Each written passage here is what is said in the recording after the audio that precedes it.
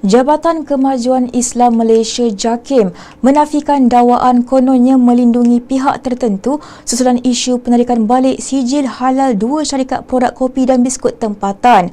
Dakwaan itu timbul selepas bahagian dakwah JAKIM memadam poster memaparkan nama syarikat terbabit daripada media sosial. Baru-baru ini, laporan berita mendedahkan bahawa bahagian dakwah JAKIM terpaksa memadamkan sebuah hantaran di laman Facebook rasmi mereka atas kesilapan teknikal tentang isu status halal dari syarikat yang menggunakan mesin berus bulu babi.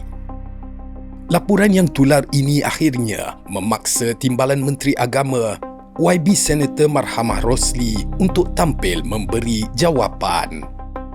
Sebenarnya, insiden seperti ini adalah cerminan kepada satu simptom yang jauh lebih besar dan tenat, iaitu kecelaruan dan kelemahan komunikasi yang telah lama membarah di dalam jentera dakwah rasmi negara. Maka adakah bahagian dakwah JAKIM mampu untuk membumikan kefahaman Islam atau hanya mengejar KPI tahunan?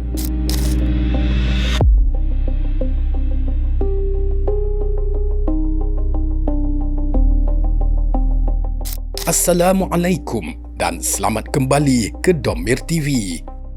Bahagian dakwah JAKIM ditubuhkan untuk merancang, melaksana dan menyebar luas kefahaman Islam kepada seluruh lapisan masyarakat. Sebuah mandat dan objektif yang sangat mulia di atas kertas. Namun sejauh manakah impak gerak kerja bahagian dakwah hari ini? Realitinya, dakwah di peringkat rasmi kini sedang dijangkiti penyakit dakwah performatif. Pegawai-pegawai dan birokrat agama dilihat lebih selesa dan sibuk menganjurkan program yang direka semata-mata untuk nampak cantik di hadapan lensa kamera. Simposium di Hotel 5 Bintang, forum perdana di Dewan Berhawa Dingin dan majlis perasmian yang memakan belanja ratusan ribu ringgit hanya untuk memenuhi KPI tahunan dan menghiasi tajuk berita. Mereka seolah-olah semakin terputus hubungan dengan realiti getir di jalanan. Kemana hilangnya jiwa dakwah yang sanggup berpeluh meredah lorong-lorong gelap untuk menyantuni manusia yang dipandang enteng oleh masyarakat. Kegagalan menyantuni akar umbi sangat ketara di kawasan miskin bandar. Wujud kelompok B40, remaja yang tercicir pendidikan dan belia yang tiada asas fardu ain yang kukuh. Apakah pelan tindakan khusus daripada JAKIM untuk berdakwah kepada golongan ini? Adakah tugas dakwah kepada mereka ini diserahkan bulat-bulat kepada NGO atau individu yang berusaha atas kapasiti peribadi? Lihat sahaja kempen geng subuh macam Jumaat. Kempen mengimarahkan masjid yang paling berjaya menarik puluhan ribu belia ini tidak dicetuskan oleh bahagian dakwah JAKIM. Sebaliknya dipelopori dan digerakkan oleh seorang artis, saudara Alif Satar. Mengapa bahagian dakwah tidak meneruskan atau menggandakan lagi usaha ini supaya ia dapat diteruskan? Hal ini membuktikan bahawa modul kempen rasmi institusi agama terlalu kaku dan gagal menyelami psikologi serta jiwa remaja hari ini. Atau sama ada wujud pihak yang risau political mileage mereka terjejas. Kelemahan ini lebih parah jika dilihat dari sudut penerbitan kandungan digital di dunia maya. Ruang internet kita hari ini dibanjiri dengan ajaran sesat atas talian, propaganda sekular, agama New Age dan pengaruh lain yang merosakkan. Maka di manakah tentera cyber atau barisan da'i muda JAKIM untuk menguasai ruang ini? Mengapa platform sosial media mereka tidak berjaya menarik mata dan minat awam? Dakwah moden memerlukan kreativiti. Sebagai contoh, bahagian dakwah tidak bekerjasama dengan bahagian halal untuk menerbitkan siri video seperti food review yang mempromosikan restoran pemegang sijil halal dengan gaya yang santai. Idea ini pula boleh dikembangkan kepada lokasi percutian yang mesra Muslim dalam negara. atau review surau-surau yang bersih dan cantik di seluruh Malaysia. Konten yang nampak ringkas tapi mampu menarik views dan impressions.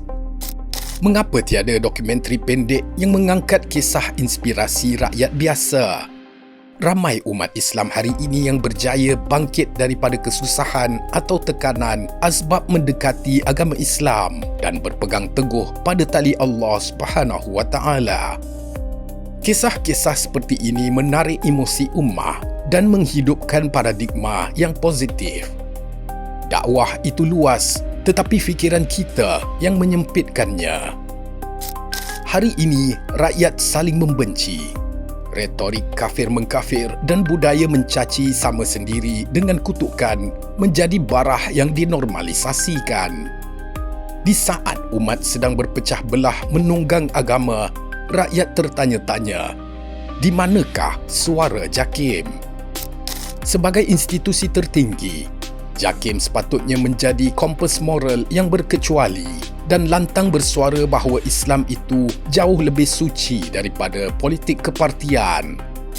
Apabila bahagian dakwah hanya berfungsi untuk menjawab isu rakyat secara defensif, ia memberikan lesen percuma kepada ahli politik untuk memecah belahkan umat Islam dalam negara.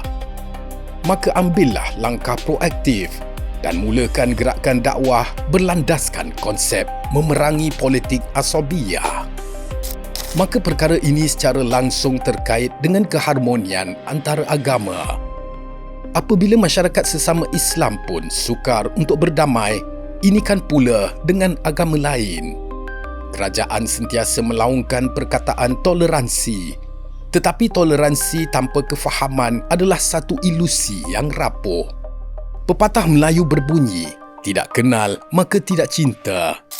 Bagaimana orang bukan Islam mahu memahami keindahan Islam jika tiada ruang perkenalan?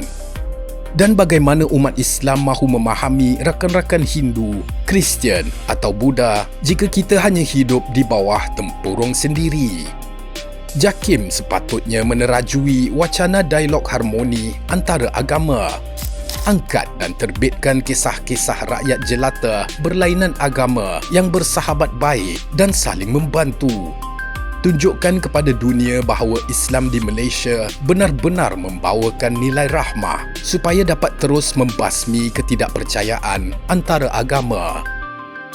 Dakwah itu bukan satu perkhidmatan eksklusif untuk golongan cendekiawan, orang kaya atau mereka yang hidupnya sudah sebati dengan masjid.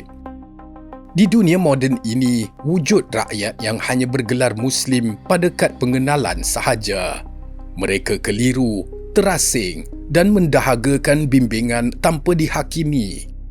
Maka bahagian dakwah JAKIM sama sekali tidak boleh membutakan mata dan merasa selesa dengan pencapaian atas kertas semata-mata. Sudah tiba masanya untuk berubah. Institusi agama wajib berada di barisan paling depan dengan idea-idea yang segar dan memimpin naratif. Bukan sekadar menunggu bola jatuh ke kaki untuk bertahan. Menteri Agama sememangnya memiliki profil akademik dan latar belakang pendidikan Islam yang cukup cemerlang. Namun, rakyat tidak memerlukan seorang menteri yang hanya gah berwacana di pentas simposium antarabangsa atau di dalam dewan-dewan kuliah. Masyarakat menuntut seorang arkitek dakwah yang mampu menterjemahkan kecerdasan intelektualnya kepada pelan tindakan khusus yang agresif, relevan dengan generasi digital dan berupaya menyelesaikan krisis di peringkat akar umbi. Jika kepimpinan ini lambat bertindak dan gagal mengubah orientasi JAKIM daripada pendekatan birokratik kepada proaktif, maka segala pelan yang dibawa hanyalah sekadar perubahan kosmetik yang sia-sia, manakala enjin dakwah negara akan terus berkarat dan ketinggalan zaman.